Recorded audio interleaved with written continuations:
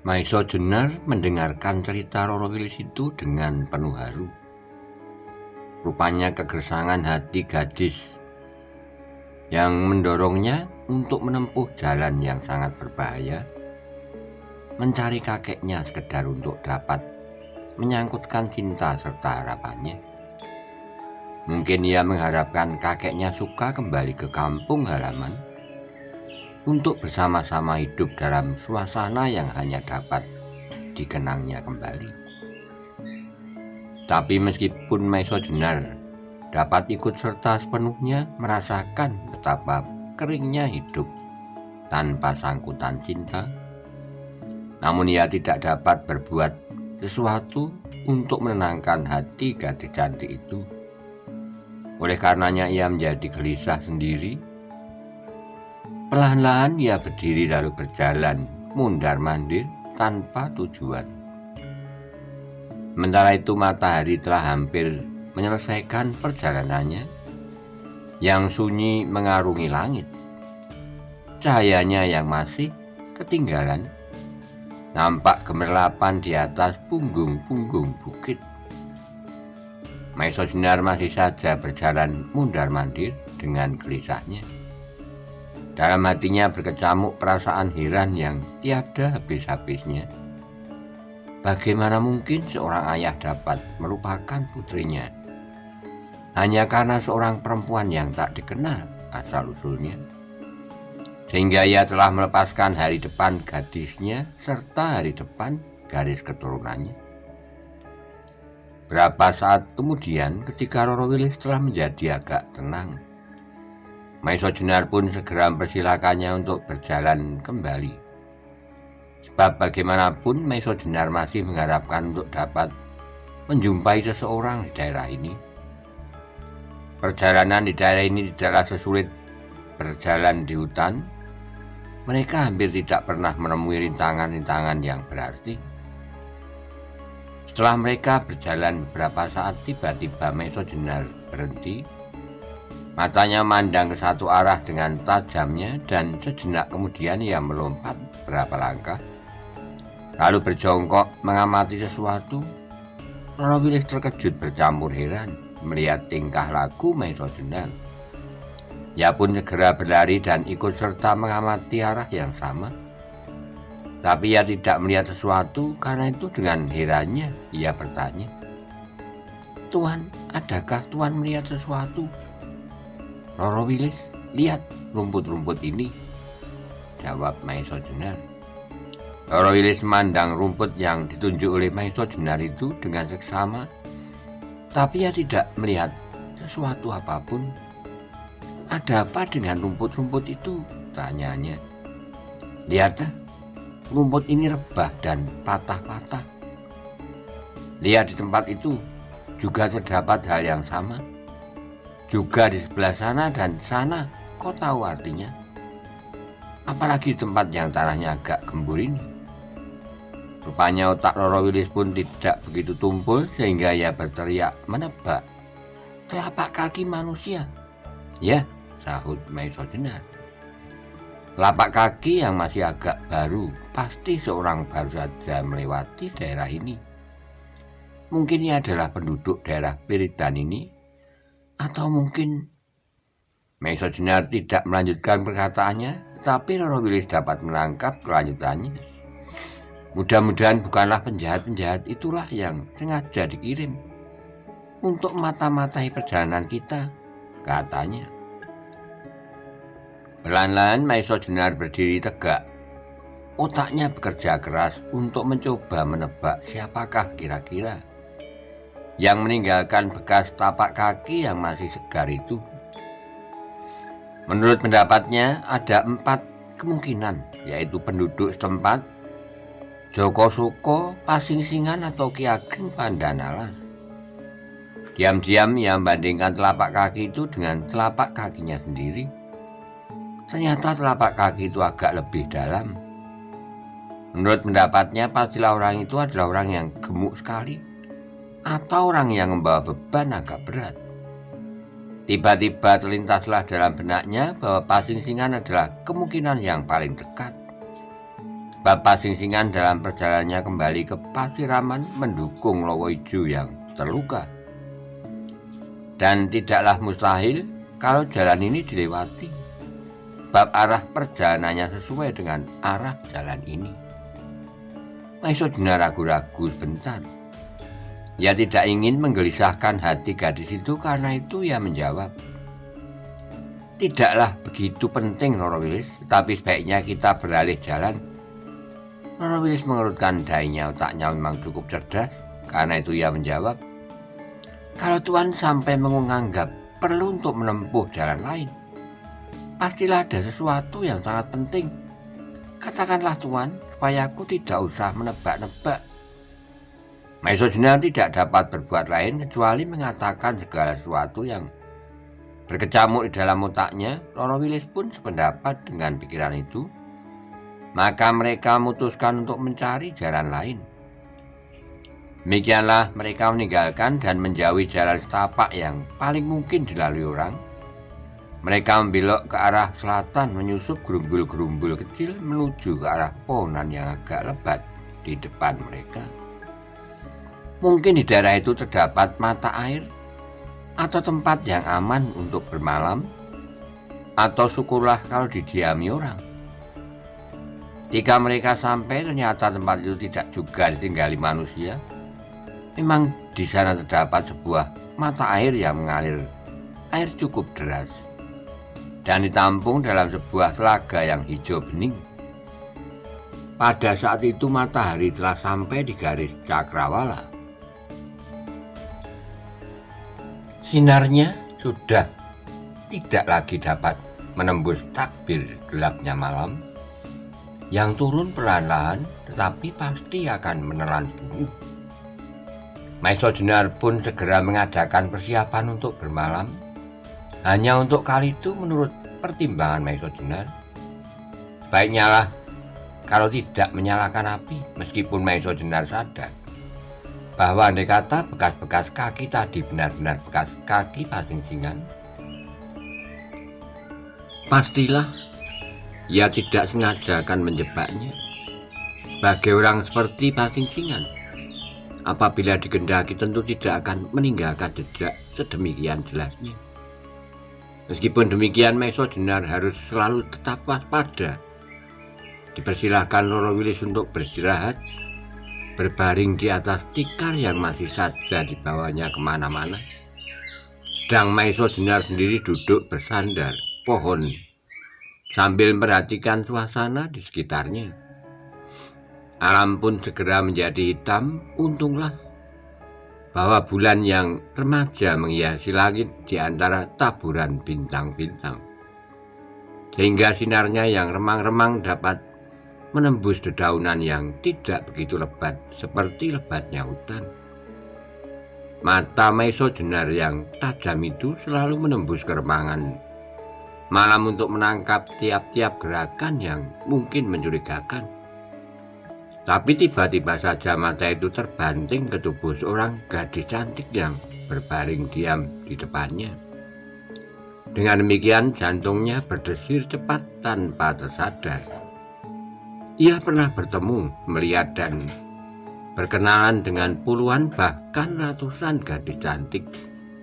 Bahkan ia pernah berkenalan dengan seorang yang menurut pendapatnya memiliki kecantikan yang sempurna, yaitu Nyai Wirosobo. Tapi tidaklah pernah ia merasakan suatu getaran yang aneh, seperti dirasakannya pada malam itu. Diam-diam Maisojena memandangi tubuh yang terbaring seperti sebuah golek kencono itu. Dari ujung kakinya, tangannya, dadanya, sampai ke rambutnya yang bergerak-gerak di belai angin malam yang menembus lirik. Maisojena menarik napas dalam-dalam. Sebagai manusia biasa, Maisojena juga kadang-kadang membayangkan suatu rumah tangga yang tenteram dan lumrah. Tapi segera Maisojena dapat langsung mandang ke dirinya sendiri. Ia tidak lebih dari seorang perantau yang akan menjelajahi desa demi desa, hutan demi hutan untuk mengabdikan keyakinannya. untuk itu maka masih banyaklah yang harus dikerjakan. Karenanya, oleh kesadarannya tentang dirinya, maka segala perasaan-perasaan yang berdesir di hatinya terhadap gadis cantik itu segera didesak sekuat-kuatnya.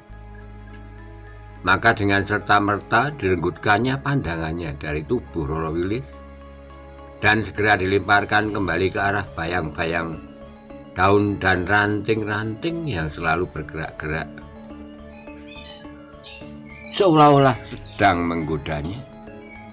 Sedang angin malam yang berdesir di dedaunan masih saja menyapu wajahnya, dan sekali-kali terdengar di kejauhan tingkik kuda liar yang terkejut mendengar teriakan-teriakan anjing hutan.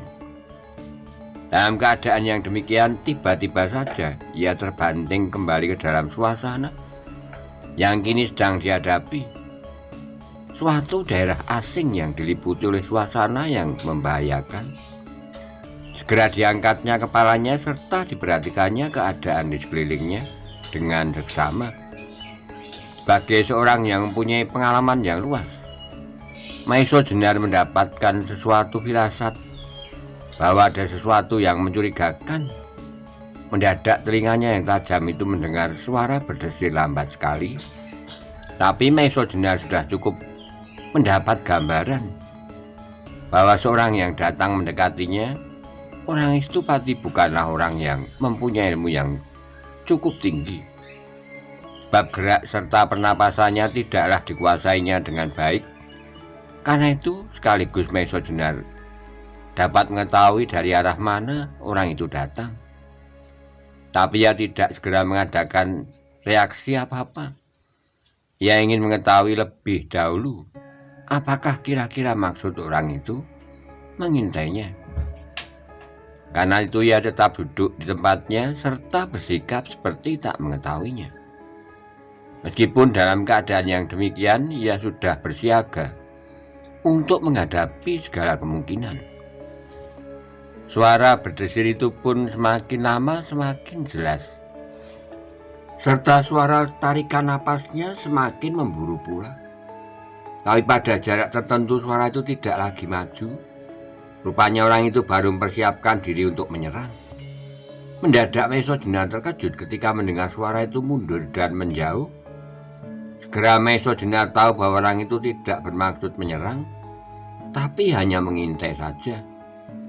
Hal yang demikian itu malahan akan dapat mengandung bahaya yang lebih besar. Karena itu segera Maiso Jenar bangkit dan dengan beberapa lompatan saja ia sudah berdiri di samping orang yang mengintainya. Orang itu terkejut. Maiso Jenar yang dikira tidak mengetahui kehadirannya kini tiba-tiba sudah ada di sampingnya. Karena itu tidaklah mungkin ia dapat melepaskan diri. Dengan demikian ia menghentikan langkahnya dan tidak ada jalan lain kecuali mendahului menyerang. Orang itu segera mengangkat goloknya dan dengan sekuat tenaga dibabatnya pundak Maiso Jenar. Mendapat serangan yang tiba-tiba, Maiso Jenar menjadi terkejut pula. Ternyata meskipun orang itu tidaklah dapat menguasai pernapasannya dengan baik, tapi ia mempunyai keistimewaan pula. Mendengar desing golok yang terayun deras sekali, Maiso Jenar barulah dapat mengukur kekuatan tenaga orang asing itu. Ketika golok itu sudah hampir menyinggung tubuhnya, segera Maiso Jenar berkisar sedikit serta melompat selangkah ke samping. Dengan demikian golok yang tak mengenai sasarannya itu terayun deras sekali, hingga orang yang memegangnya agak kehilangan keseimbangan. Dalam keadaan yang demikian, Maiso Jenar segera melompat maju dan menangkap pergelangan tangan orang itu. Langsung diputarnya ke belakang dengan sekali dorong. Orang itu telah jatuh tertelungkup dan tidak dapat bergerak lagi kecuali mendesis menahan sakit. "Kau siapa?" tanya Maiso Jenar geram. Tapi orang itu tidak menjawab. Demikianlah sampai Maiso Jenar mengulangi pertanyaan itu 2 kali. Akhirnya Maiso Jenar menjadi jengkel dan menekan punggung orang itu semakin kuat, serta memutar tangan yang terpuntir itu semakin keras, sehingga orang itu mengaduh kesakitan. Kalau kau tidak menjawab, desak Maesa Jenar, tanganmu akan aku patahkan. Rupanya orang itu pun masih merasa perlu memiliki tangan, sehingga dengan terpaksa menjawab, aku adalah Sagutro. Apa maksudmu mengintai kami? Desak Maesa Jenar lebih lanjut. Kembali orang itu diam saja. Maesa Jenar menjadi semakin jengkel, dan ia menekan orang itu lebih keras lagi, sehingga orang itu mengaduh lebih keras pula. Jawablah, atau tanganmu betul-betul patah. Maesa Jenar makin geram. Tak ada gunanya, kau maksa aku berkata lebih banyak lagi, jawabnya. Rupa-rupanya ia harus merahasiakan tugasnya betul-betul, sehingga sampai ke ajalnya kalau perlu. Keadaanku sudah pasti, sambungnya. Berkata atau tidak berkata, aku akan menemui kematian. Karena itu biarlah aku mati dengan menggenggam rahasia. Maesa Jenar kagum juga melihat kejantanan orang itu, sampai berani menantang maut, tetapi ia ingin untuk mendapat keterangan tentang maksud orang itu, yang pasti tidak baik. Maka setelah mendapat suatu cara, ia berkata, baiklah, kalau kau tidak mau berkata, aku hormati kejantananmu. Tapi janganlah tanggung-tanggung. Aku ingin melihat pameran kesetiaan. Kau pernah mendengar cerita bahwa di daerah ini banyak terdapat Ngangrang Saloko? Mendengar Maesa Jenar menyebut Ngangrang Saloko, tengkuk orang itu serentak meremang. Jantungnya berdegup hebat sampai tubuhnya terasa gemetar. Ngangrang Saloko adalah jenis semut ngangrang yang luar biasa buas serta ganas. Binatang apapun yang sampai terperosok ke sarangnya pasti hancur dimakannya. Keluarga semut itu membuat sarang di bawah pohon-pohon yang sudah membusuk. Dengan memerlukan tanah 10 atau 15 langkah persegi, tubuh semut itu besarnya tidak terpaut banyak dengan semut ngangrang biasa. Hanya warnanya yang merah mempunyai beberapa baris-baris putih perak. Maesa Jenar merasakan bahwa kata-katanya mempunyai akibat pada orang itu. Dengan demikian ia melanjutkan, kalau kau belum pernah mendengar, baiklah, kau akan aku perkenalkan dengan semut itu. Tetapi sebelumnya lebih baik kalau kakimu aku patahkan dulu, supaya kau tidak dapat lari darinya. Selesai mengucapkan kata-kata itu, segera Maesa Jenar melepaskan tangan orang itu. Tapi segera pula ia menangkap kaki dan melipatnya. Pergelangan kaki kirinya dicepitkan pada lipatan lutut kaki kanan, sedang tangan Maesa Jenar siap matahkan pergelangan kaki kanan orang itu. Jangan, teriak orang itu tiba-tiba. Bunuhlah aku dengan cara lain, tapi aku jangan kau siksa di sarang semut Saloko. Itu adalah urusanku, jawab Maesa Jenar seenaknya. Sekendakkulah untuk memilih cara bagaimana sebaiknya membunuh engkau. Nampaknya Maesa Jenar betul-betul akan melaksanakan ucapannya itu. Karenanya maka kembali orang itu berteriak, Jangan, bunuhlah aku dengan cara lain. Kembali Maesa Jenar tertawa dingin. Seorang yang telah berani menyatakan dirinya sebagai pengemban tugas seharusnya tidak takut menghadapi segala macam bahaya. Aku sama sekali tidak takut mati, teriak orang itu. Tapi cara kematian yang demikian adalah mengerikan sekali. Lepaskan aku dan biarlah aku bunuh diri. Kembali Maesa Jenar mengagumi orang itu. Tapi keterangan yang diperlukan harus didapatnya. Maka katanya, kalau kau mau berkata, aku beri kau kebebasan untuk memilih jalan kematian. Lagi orang itu dia menimbang-nimbang. Rupanya terjadi pergolakan hebat di dalam dirinya.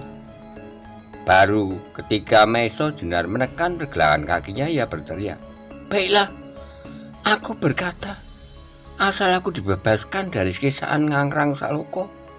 Baiklah, jawab Maesa Jenar. Berkatalah.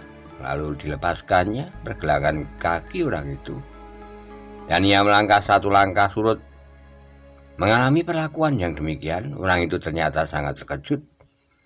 Ia tidak tahu maksud lawannya yang dengan begitu saja telah melepaskan tangkapannya, sehingga untuk beberapa saat ia tetap tertelungkup tanpa bergerak sampai Maesha Jenar menegurnya. "Duduklah dan berkatalah." Kembali ia tersentak mendengar tegur Maesha Jenar. Perlahan-lahan ia bangkit dan duduk di hadapan Maesha Jenar. Sementara itu Maesha Jenar telah pula duduk menghadap orang yang menamakan dirinya Sagutra.